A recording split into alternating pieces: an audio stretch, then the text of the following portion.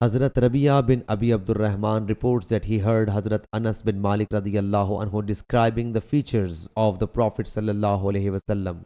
He said, among the people he was of medium stature, neither extremely tall nor extremely short, having gleaming fair complexion, neither pure white nor brown.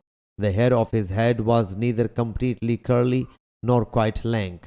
The revelation was sent to him when he was 40 years old.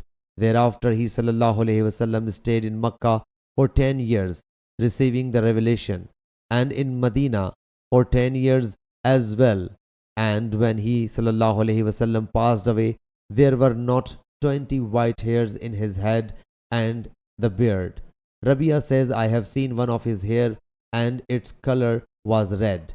When I asked about it, it was told that it turned red due to the scent. Sahih Bukhari Hadith number 3547.